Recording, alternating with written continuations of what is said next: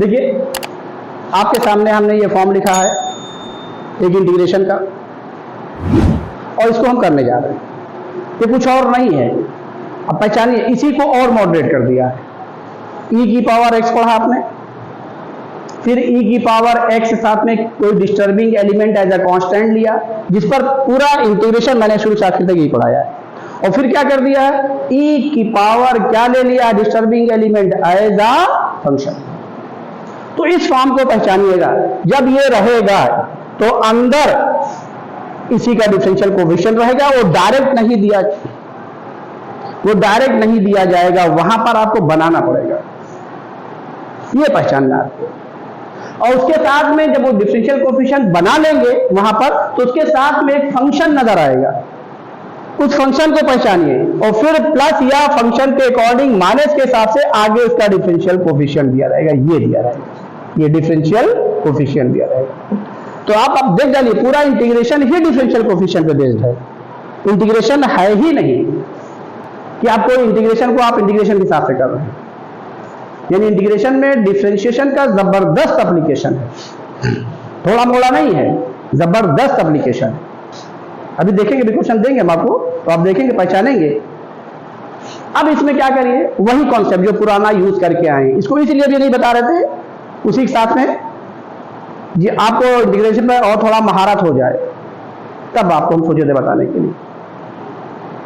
और जो हमने आपको पीछे sec square x minus tan square x equal to 1 identity कराई है, sec x plus tan x into sec a plus b a minus b, तो और अब इसका यूज करवाएंगे क्वेश्चन में, वहां से आप पहचान ही नहीं पाएंगे, और वही फिर आपका इरेशनल फंक्शन में यूज होता है। और क्या यूज होगा, sec x plus tan x equal to 1 by sec x minus tan x, sec x minus tan x equal to क्या, 1 बाई sec x। ये 11 में ट्रिग्नोमेट्री कराया है, और कल ही 11 में उन लोगों को भी ट्रिग्नोमेट्री कराया, और बता दिया कि इस पे इंटीग्रेशन वगैरह में आगे यूज बहुत है।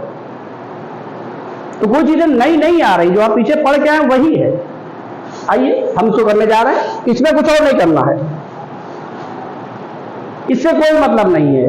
जब ये e की पावर, सुन लीजिएगा ध्यान से, e की पावर कोई फंक्शन दिया जाएगा, उसका डिफरेंशियल कोएफिशिएंट दिया जाएगा, और आगे क्या fx plus f dash x ये मौजूद है, तो आपने क्या किया, पीछे जिसका डिफरेंशिएशन दिया है वही फर्स्ट माना जाएगा, और इसमें आंसर कुछ और नहीं आएगा। इसको तो इसके इंटीग्रेशन में चला गया, इसका डिफरेंशियल कोएफिशिएंट इंटीग्रेशन में चला गया, और आंसर में कुछ और नहीं होगा। ऑब्जेक्टिव में अगर चाहें तो पुरानी वाली चीज यूज कर सकते हैं, e की पावर x fx प्लस, ये तो इसका डिफरेंशिएशन आ गया ना, डिफरेंशियल कोएफिशिएंट, ये तो इंटीग्रेशन में जाएगा, सेकंड बन करके आएगा। तो अगर मान लीजिए कहीं कभी गलती से आप इस फॉर्म में नहीं कन्वर्ट कर पा रहे हैं, तो आप चुपचाप इसको एक साथ करिए, और ये फर्स्ट लेकर के इसको ऐसे छोड़ दीजिए, और इंटीग्रेट कर दिए, आंसर आ जाएगा 2 लाइन में। मान लीजिए कभी कभी एडवांस वाले करते हैं ऐसा कि क्वेश्चन को और अच्छा लिख देते हैं, आपका दिमाग वहां नहीं जाएगा। तो देखिए अब इसका आंसर क्या आ जाएगा, बोलिए, e की पावर, तो बोलिए gx इंटू तो बोलिए, थोड़ा ऊंचा सुनने लगते हैं लगता है, आप लोग इतना तेज बोलते हैं, हाँ, और प्लस क्या, प्लस सी, बस हो गया, यही आंसर होगा। जरूरत पड़ने पे सुन लेते हैं, आप धीमे बोलते हैं तब भी सुन लेते हैं, जब आप सही बोलते हैं तो वही नहीं सुनाई पड़ता, रिफ्लेक्ट होकर चला जाता है। अब आइए, अब इसमें कुछ नहीं, ये इसी को बाई पार्ट इंटीग्रेट करने जा रहे हैं, इसको छोड़ दे रहे हैं, और इस पे क्वेश्चन लेकर के आपको रिजल्ट यूज दिखाने जा रहे हैं। तो इस पे क्वेश्चन बनते हैं बहुत अच्छे अच्छे। ये e की power gx into g dash x into f x dx, और प्लस उसको छोड़ दीजिए, एज इट इज वही कॉन्सेप्ट है, ध्यान रखिएगा, x के बजाय disturbing element as a function आ गया। अब इसके अलावा कोई टास्क, इस पे कोई और नहीं बनता है। तो जो चीज आप पढ़ रहे हैं उसको इस तरीके से मॉडरेट करके जाइए कि उसकी एक वो उस हद को पार कर दीजिए क्वेश्चन की, कहां तक आप मॉडरेट कर सकते हैं। तो क्या हो जाएगा ये बताइए, e की power gx into F dash x dx। अब इसी को बाई पार्ट करिए, इसको फर्स्ट ले लीजिए, और इस पूरे को क्या लेट कर लीजिए, सेकेंड। और ये चीज आप पीछे करके आए हैं, यहाँ एक्सपोनेंशियल के साथ है, फिर बता दे रहा हूं, ये आप करके आए कैसे, x square upon integration of x square upon x sine x plus cos x का होल स्क्वायर। याद आ रहा क्वेश्चन? ये भी आईआईटी का पुराना क्वेश्चन है। X square upon x sine x. तो इसमें हमने आईआईटी कहीं लिखा नहीं है, जानबूझ के नहीं लिखा, जिससे आपका डर खत्म हो जाए। इसमें तमाम क्वेश्चन ऐसे हैं, पुराने क्वेश्चन है, अभी लिखाएंगे, अब इसको हम नहीं बोल रहे हैं, जिससे और जब आप इसको लगा लें और उसके बाद अनसॉल्व उठा के देखें तो आप कहें हमारा सब लगा हुआ है। इसीलिए नहीं, क्योंकि आपके अंदर जो डर रहता है वो डर को खत्म करने के लिए। और आईआईटी जेईई में दीजिए या ना दीजिए, आप बीएससी करने जाइए, लेकिन आप जो टॉपिक यहां से पढ़ के जाइए, जब बीएससी में जाएं तो लगे अरे जो स्टार्टिंग करेंगे आपको आ रहा है, ये कॉन्फिडेंस होना चाहिए। अब आइए देखिए, हाँ हम बात कर रहे थे x square upon x sine x plus cos x का होल स्क्वायर। तो अलजेब्रिक था डिस्टर्बिंग एलिमेंट, तो उसका डिफरेंशियल कोएफिशिएंट यूज किया था, वो सेकंड में गया था, जो बाकी बचा था वो फर्स्ट में जाएगा। तो अगर किसी का डिफरेंशियल कोएफिशिएंट दिया वो हमेशा सेकंड में जाएगा, अगर एक फंक्शन और एक्स्ट्रा बच रहा है तो। आइए अब बताइए, first function into integration of second, direct कर दे कैसे? e की power g x into g dash x. कैसे? अरे भाई इसको टी लेट करेंगे तो जी एक्स इसको to t, g dash x d x किसके बराबर? डी टी के। G dash x d x किसके बराबर? डी टी के। बचा क्या? तेज बोलिए। अगले स्टेप में e की पावर टी का उसी में इंटीग्रेशन क्या हो गया? e की पावर टी, यानी वही डिग्री डायरेक्ट। तो अब ये इसको एज अ रिजल्ट लिख लीजिए, क्या? ई ऑब्जेक्टिव के लिए e की पावर एफ एक्स इंटू क्या? F dash x. ये कभी भी आपको मिले तो कुछ ना करिए, क्या लिख दीजिए? e की पावर एफ एक्स ऑब्जेक्टिव के लिए, और बोर्ड में करना तो आप करके दिखाइए, और प्लस ये होगी। इसको याद रखेगा। अभी कुछ चीजें और हम आपको बताएंगे क्या दिमाग में रखेंगे, याद क्या रखना है, कुछ वही नहीं हो उसमें लिख दिया आपने।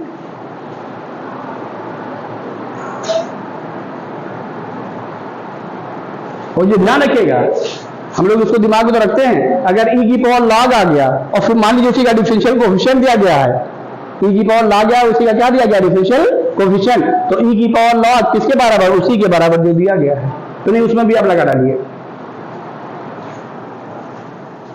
आइए अब यहां पर क्या लिख रहे हैं बोलिए?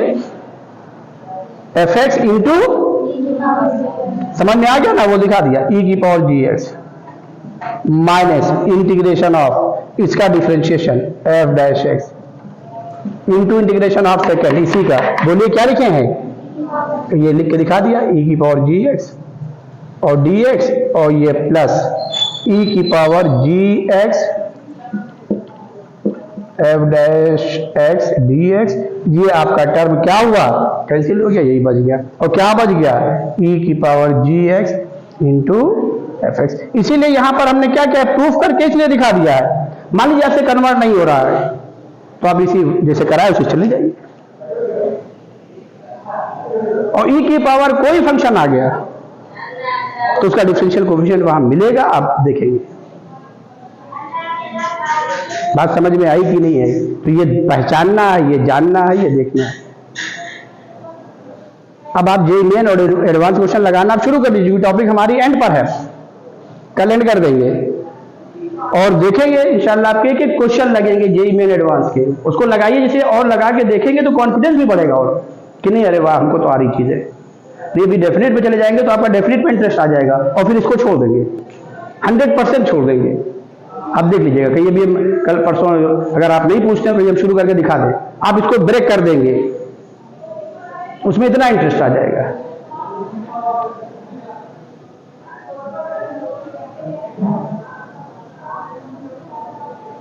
जितनी टॉपिक है, एरिया, डिफरेंशियल इक्वेशन, आगे वेक्टर, 3D, उसमें भी और इंटरेस्ट आ जाएगा, तो टॉपिक छुट्टी जाएगी, फिर आप उस लेवल पर नहीं लगाएंगे तो नुकसान आपका होगा।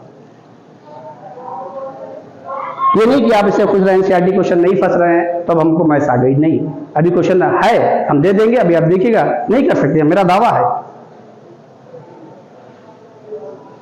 और है वही बेसिक जो हम पढ़ के आ रहे हैं, वही बेसिक है, ये तो सभी एडवांस में ना निकल जाए। चलिए इसको नोट करिए, देखिए आपके सामने वही क्वेश्चन मैंने लिखा है, जो भी मैंने पढ़ाया टॉपिक वही क्वेश्चन लिख दिया। लेकिन ये क्वेश्चन हमने ई की पावर में पॉलिनोमियल फंक्शन के साथ लिखा है, यानी बहुत इसको मॉडरेट नहीं किया, बेसिक से लिया है। अब इससे क्वेश्चन आप सोचिएगा और इस पे आप क्वेश्चन सोचिएगा जिससे आप आसानी से सोच ले जाएं। कुछ ना करिए, इसके डिफरेंशिएशन को देखिए और इसमें से ढूंढ लीजिए कहीं मौजूद है कि नहीं मौजूद, और फिर उसके बाद सम आप 2 में ब्रेक कर लीजिए। इसका डिफरेंशिएशन क्या हुआ? 3x² plus 2x plus 2x। अब आप देखिए इसमें कहीं 3x² प्लस 2x नजर आ रहा है तीनों में? बोलिए। अरे भाई इन तीनों को लेकर के 3x² प्लस 2x कहीं नजर आ रहा, उसके बाद सोचिए जो अगला, भाई 2 ही टर्म तो आ रहे हैं इसमें, 3x², इसमें 3 टर्म दिए गए हैं, तो 3x² प्लस 2x बचे, और फिर जो अगला बचे वो कुछ और ना बचे, 3x² प्लस 2x, ये तो g' हो गया, और उसके साथ में किसका इंटू हो? fx का, तो कहीं इंटू तो नजर ही नहीं आ रहा है। तो इस क्वेश्चन क्या बोल रहा है कि इन 3 में से 2 को एक साथ करिए, उनमें से एक फंक्शन कॉमन करिए, तभी तो प्रोडक्ट आएगा। एक फंक्शन को कॉमन करिए तभी तो प्रोडक्ट आएगा, पहले प्रोडक्ट बनाइए। अब पहचान लीजिए, और मजे की बात, वो तो डिफरेंशियल कोएफिशिएंट में चला गया, और जो कॉमन ले रहे हैं वो अगले का क्या बने? Differential coefficient. अब बता दीजिए, चलिए बता दीजिए, इतना पे हिट कर दिया, तेज बोलिए। कितना कॉमन करें? किसमें से? 3। वेरी गुड, इसमें से x² जैसे कॉमन करेंगे इसका ये डिफरेंशियल कोएफिशिएंट अंदर हुआ, x² का ये डिफरेंशिएशन आ गया। अब इतना सेट कर लिया, आंसर आप फटाक से लिख दीजिए। क्या आंसर आ गया? x² इंटू यही e की पावर, हो गया आंसर। ऑब्जेक्टिव करना ही नहीं, इतना आपको टाइम ही नहीं देना है। अब इसी को और अच्छा करना हो, ट्रिग्नोमेट्रिक फंक्शन डाल दीजिए, लॉगरिथमिक डाल दीजिए, इनवर्स डाल दीजिए, जो डालना चाहें डाल दीजिए।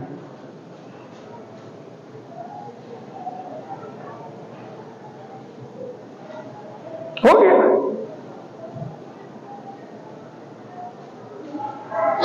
चलिए, क्योंकि हम प्रूफ करके आए हैं इसलिए हम डायरेक्ट यूज कर देंगे, e की power x³ plus x² minus 1, और ये इंटू, अब देखिए ये कर्ली ब्रैकेट लगा लिया, इन दोनों में x² कॉमन किया, और अंदर क्या मिला बोलो? 3x² प्लस 2x, और प्लस क्या आ रहा है? 2x, इसको अलग कर लीजिए, ये dx लिख दीजिए। अब आपका ये e की पावर g' इंटू fx, और ये क्या है? f'। हो गया आंसर। हो गया। ऑब्जेक्टिव करना कर दीजिए। ऐसा नहीं, बोर्ड में भी आ सकता है, ऐसा कुछ नहीं कि बोर्ड में नहीं आने वाला है, बोर्ड में बिल्कुल आ सकता है। हम तो कह रहे हैं, बार बार आपसे कह रहे हैं, एक बार बोर्ड वाले हमसे पेपर बनवा लें, एक बार खाली बनवा लें, उसके बाद देखिए आंसर लिख दें। बोलिए क्या आया आंसर? बोलिए, e की power x³ plus x² minus 1 into x² और प्लस c, यहां कीजिए, लीजिए, हो गया। कोई डाउट हो बताइए? समझे कि नहीं समझे? नोट कर लीजिए इसको, दूसरा फॉर्म बता दे। देखिए, अब यहां पर स्पेशली कौन सा फॉर्म पढ़ाने हम जा रहे हैं, इसको पहचान लीजिएगा। इंटीग्रेशन ऑफ साइन की पावर mx इंटू कॉस की पावर nx मीन्स क्या? साइन और कॉस का इंटू, और इस m और n के बारे में यहां पर हमने बता दिया। इफ m वेयर, लिख दिए चाहिए, if m and n are rational numbers, and ये कंडीशन है, m plus n minus 2/2 is equal to negative integer. अगर ये आता है तो ये जो दिया गया है ये tan में बदलेगा या cot में, वो डिपेंड करता है कि जो उसकी पावर लिखी गई है उस पर डिपेंड, साइन और कॉस। ये क्वेश्चन है आपके स्टडी में, ऐसा नहीं है, लेकिन इस फॉर्म में नहीं लिखा गया, वो tan और उसमें कन्वर्ट करके लिखा गया। आप देखिएगा तो यही लिखा गया ऐसे ही, लेकिन साइन कॉस के साथ निगेटिव पावर के साथ नहीं लिखी गई है, रेशनल पावर के साथ नहीं लिखी गई है, उसको हटा दिया है, अपॉन करके लिखा है। और जाहिर है क्वेश्चन या तो tan में कन्वर्ट हुआ या तो cos में उसका डिफरेंशियल कोएफिशिएंट दिखाई पड़ रहा है, वही चीज यहाँ पर भी है। अगर ये tan कन्वर्ट ये होगा तो उसका डिफरेंशिएशन आ जाएगा स्क्वायर एक्स या कोसेक स्क्वायर। आइए जा देखिए, पहले इसको सॉल्व कर लीजिए। -11/3 प्लस यानी -1/3 और फिर क्या लिखा है -2 अपॉन क्या 2, इसको सॉल्व करिए और ये देख लीजिए क्या आने जा रहा है, ये -6 हो गया, -1 -7 और -11 -18 अपॉन 2 क्या -9, ये निगेटिव इंटीजर आ गया।